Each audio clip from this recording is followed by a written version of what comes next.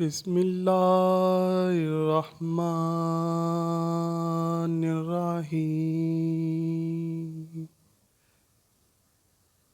حضرت علی رضی اللہ تعالیٰ عنہ کے دو ایسے عجیب اور عقل کو دنگ کرنے والے واقعات ہیں کہ جن سے یہ ثابت ہوتا ہے کہ کالا بدصورت بچہ کس گھر میں پیدا ہوتا ہے اور معذور یا کمزور بچہ کس گھر میں پیدا ہوتا ہے۔ ایک دفعہ ایک شخص اپنی بیوی اور بچے کے ہمراہ حضرت عمر رضی اللہ تعالیٰ عنہ کی بارگاہ میں پیش ہوا۔ وہ شخص حضرت عمر رضی اللہ تعالیٰ عنہ سے کہنے لگا، اے وقت کے خلیفہ، میرا اور میری بیوی کا رنگ سرخ ہے، جبکہ میری بیوی نے یہ بچہ پیدا کیا ہے اور اس کا رنگ کالا ہے۔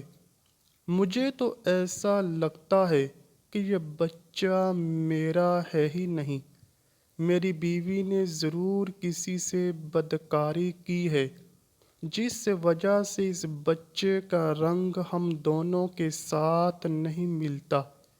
وہ شخص بار بار اپنی بیوی پر الزام تراشی کر رہا تھا۔ بیوی روتے ہوئے کہنے لگی، اے امیر المؤمنین، میں سچ بول رہی ہوں، میں نے کبھی بھی امانت میں خیانت نہیں کی، یہ میرا خاوند ہے اور یہ بچہ اسی کا ہے۔ میں نے ہر وقت اپنے شوہر کے ساتھ وفاداری کی ہے، میں نے ہمیشہ اپنے خاوند کی موجودگی اور غیر موجودگی میں اپنی عزت کا خیال رکھا ہے۔ میرا شوہر مجھ پر یقین نہیں کر رہا۔ شوہر کہنے لگا، اے امیر المؤمنین، میری بیوی جھوٹ بول رہی ہے، یہ بچہ میرا نہیں، یہ بچہ کسی اور کا ہے۔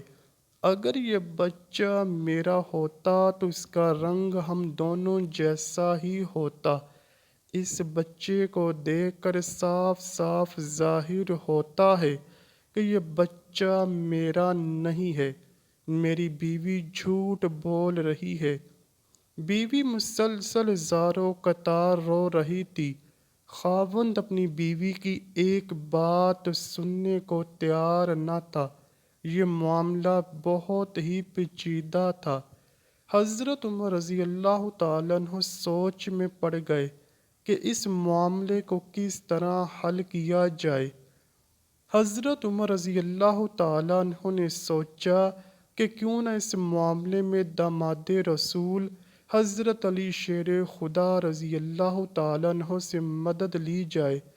حضرت عمر رضی اللہ تعالیٰ عنہ خاوند، بیوی اور اس کے بچے کو ساتھ لے کر حضرت علی رضی اللہ تعالیٰ عنہ کے پاس تشریف لے گئے۔ انہوں نے حضرت علی رضی اللہ تعالیٰ عنہ کو سلام پیش کیا۔ حضرت علی رضی اللہ تعالیٰ عنہ نے سلام کا جواب دیا۔ حضرت علی رضی اللہ تعالیٰ عنہ نے دریافت کیا، اے عمر، کیسے آنا ہوا؟ حضرت عمر رضی اللہ تعالیٰ عنہ نے فرمایا، اے علی، ہم یہ مسئلہ پوچھنے کے لیے آپ کے پاس تشریف لائے ہیں۔ حضرت علی رضی اللہ تعالیٰ عنہ نے خاوند سے کہا، اے بندے، میں جو کچھ بھی پوچھوں گا تم اس کا جواب سچ سچ بتانا۔ اس شخص نے کہا، ٹھیک ہے، پوچھئے، کیا پوچھنا چاہتے ہیں؟ میں آپ کو سچ بات ہی بتاؤں گا۔ حضرت مولا علی رضی اللہ تعالیٰ عنہ نے پوچھا، اے اللہ کے بندے، جب تیری بیوی حالت حیض میں تھی، کیا تو نے اپنی بیوی کے ساتھ ہم بستری کی تھی؟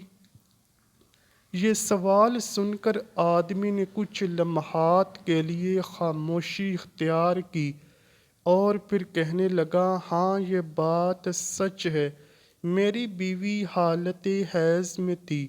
تو میں نے اپنی بیوی کے ساتھ ہم بستری کی ہے۔ حضرت علی رضی اللہ تعالیٰ عنہ فرمانے لگے، اے بندے، یہ بچہ تمہارا ہی ہے، بلا وجہ اپنی بیوی پر الزام تراشی نہ کرو۔ جب تو نے بیوی کے ساتھ حیض کے دنوں میں ہم بستری کی تو تیرا نطفہ تمہاری بیوی کے سیاہ خون کے ساتھ مل گیا، جس وجہ سے بچے کا رنگ سیاہ ہو گیا۔ اگر تم بیوی کے ساتھ حالت حیض کے دنوں میں ہم بستری کرو گے تو بچے کالے اور بدصورت ہی پیدا ہوں گے۔ اے شخص، آج کے بعد یہ بات اپنے ذہن میں رکھ لو کہ حدیث اور قرآن میں حیض کی حالت میں ہم بستری کرنا حرام اور سخت گناہ قرار دیا گیا ہے۔ اگر کوئی بندہ اس بات کا علم رکھتے ہوئے بھی اپنی بیوی کے ساتھ ہم بستری کرتا ہے تو اللہ ایسے بندے سے سخت ناراض ہو جاتا ہے اور وہ بندہ جلد ہی اللہ کی پکڑ میں آ جاتا ہے۔ اب ہم آپ کو بتاتے ہیں کہ معذور اور کمزور بچے کن گھروں میں جنم لیتے ہیں۔ مدینہ منورہ کا واقعہ ہے کہ ایک خوبصورت اور جوان لڑکی کی شادی ایک بوڑھے آدمی سے ہو گئی۔ شادی کی پہلی ہی رات میاں بیوی نے ہم بستری کی۔ اتفاقاً شوہر کا اسی رات وصال ہو گیا۔ دلہن حاملہ ہو چکی تھی۔ جب بیوی نے بچے کو جنم دیا تو لوگوں نے اس لڑکی پر طرح طرح کے الزام لگانا شروع کر دیے کہ اس کا میاں تو پہلی ہی رات انتقال کر چکا تھا۔ اس لڑکی نے جس بچے کو جنم دیا ہے وہ بچہ ضرور حرام کا ہے، اس کے خاوند کا نہیں، کیونکہ وہ تو پہلی ہی رات مر چکا تھا، پھر یہ بچہ کیسے پیدا ہو گیا؟ اس بوڑھے کی یہ دوسری شادی تھی۔ اس بوڑھے کا پہلی بیوی سے ایک لڑکا تھا۔ اس لڑکے نے اپنی سوتیلی ماں پر الزام لگانا شروع کر دیا۔ وہ کہنے لگا کہ اس عورت نے کسی کے ساتھ زنا کیا ہے، یہ بچہ میرے باپ کا نہیں، یہ بچہ حرام کی اولاد ہے۔ اس الزام میں پیش پیش سوتیلا بیٹا تھا، کیونکہ وہ چاہتا تھا کہ کسی طرح دنیا والے یہ مان لیں کہ یہ بچہ میرے والد کا نہیں ہے، بلکہ اس عورت کی حرام کاری کا نتیجہ ہے، تاکہ والد کی ساری وراثت کا حقدار میں ہی ٹھہروں، کہیں یہ بچہ میرے برابر کا شریک نہ ہو جائے۔ اس وجہ سے بوڑھے کے بڑے بیٹے نے اپنی سوتیلی ماں پر الزام تراشی کی کہ میرا باپ تو شادی کی پہلی ہی رات مر گیا تھا، تو یہ بچہ کہاں سے آ گیا؟ دیکھتے ہی دیکھتے وہ بچہ 4 سال کا ہو گیا اور چلتا چلتا یہ معاملہ بھی قاضی کی بارگاہ میں پہنچ گیا۔ بوڑھے کے بڑے بیٹے نے قاضی سے کہا، اے قاضی محترم، میرا باپ تو شادی کی پہلی ہی رات مر گیا تھا، یہ بچہ میرے باپ کا نہیں ہے۔ اس عورت سے پوچھا جائے کہ یہ بچہ کس کا ہے۔ میں اس بچے کو اپنا بھائی ماننے کو تیار نہیں ہوں۔ سوتیلا بیٹا کچھ گواہوں کو بھی اپنے ساتھ لے کر آیا تھا۔ گواہوں نے بھی یہی گواہی دی کہ اس کا باپ تو پہلی ہی رات مر گیا تھا، یہ بچہ اس کا بھائی نہیں ہے۔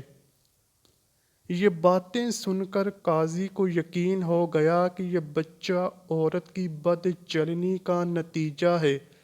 چنانچہ قاضی صاحب فیصلہ کرنے ہی والے تھے کہ حضرت مولا علی رضی اللہ تعالیٰ عنہ عدالت میں تشریف فرما ہوئے۔